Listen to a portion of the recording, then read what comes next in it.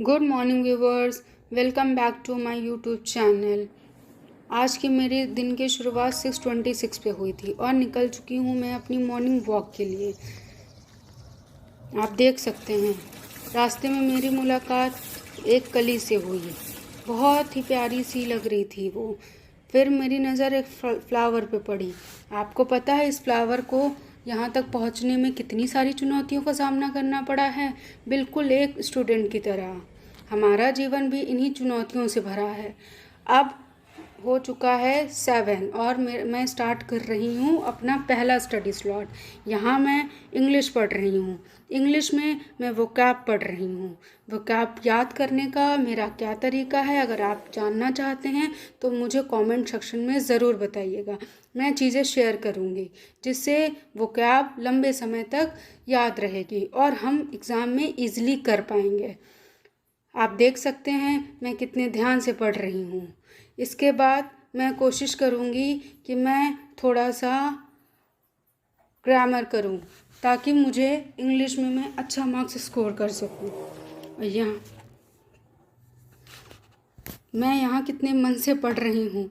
आपको लग रहा होगा कि मैं हमेशा ऐसे पढ़ती हूँ, लेकिन ऐसा नहीं है। मैं हमेशा ऐसे नहीं कर पाती हूँ, लेकिन मैं अब ये कोशिश कर रही हूँ कि मैं अपने जितना भी टाइम स्टडी को दूँ उतना मैं अच्छे से करूँ ताकि जो है मैं लाइफ में अच्छा कुछ कर सकूँ। और यहाँ मैं कर रही हूँ ग्रामर मैं कहाँ से कर रही हूँ मैं आपको धीरे धीरे सब एक्सप्लेन करूँगी। और अब समय हो चुका है 9:23 और मैं मिलती हूँ आपसे 2 आवर बाद और मैं अब निकल चुकी हूँ लाइब्रेरी के लिए। देखिए, आप देख सकते हैं मैंने लाइब्रेरी में इंटर लिया। यहाँ बहुत सारे लोग बहुत मन से पढ़ रहे थे। मुझे लगा मुझे भी कुछ करना चाहिए। अब मैं शुरू कर रही हूँ अपना फर्स्ट स्लॉट। इस स्लॉट में मैं मैथ्स करूँगी। मैथ्स मैं कहाँ से कर रही हूँ, कैसे कर रही हूँ, मैं आपको धीरे धीरे सारी चीज़ें एक्सप्लेन करूँगी। बस आप मेरे साथ ऐसे ही बने रहिए। ये मैं करने जा रही हूँ मैथ्स में प्रैक्टिस। मुझे ऐसा लगता है कि मैथ्स में प्रैक्टिस बहुत मैटर करता है। आप जितना भी पढ़ते हैं उसको मल्टीपल टाइम पढ़िए ताकि आपको चीज़ें अच्छे से एकदम बढ़िया से याद रहे। अदरवाइज़ हमारी मेमोरी ऐसी है कि हम चीज़ें ईज़िली भूल जाते हैं। और यहाँ मैं कर रही हूँ प्रैक्टिस लिख लिख के, क्योंकि अगर मैं फॉर्मूले लिख लिख के नहीं करूँगी तो फिर मेरे दिमाग से स्किप कर जाएगा। आप सबके साथ भी ऐसा ही होता होगा आपको, क्योंकि हमारा ये सफ़र इतना आसान नहीं है। लेकिन हम सब अगर मेहनत करेंगे तो चीज़ें ज़रूर अच्छी होंगी। ये देखिए मैं कितने मन से कर रही हूँ।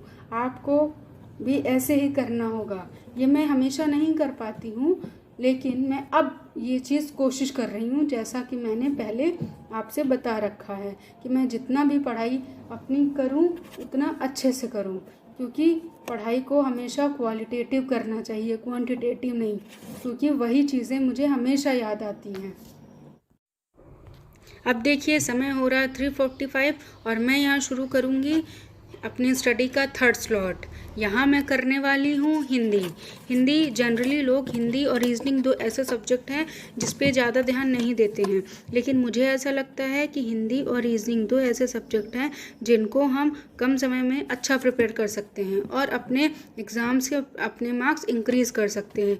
जनरली होता क्या है कि हम अपना इतना टाइम टफ सब्जेक्ट्स को जैसे जीएस और मैथ्स को डिवोट कर देते हैं कि हमें अपने इन सब्जेक्ट्स के लिए समय ही नहीं मिलता है।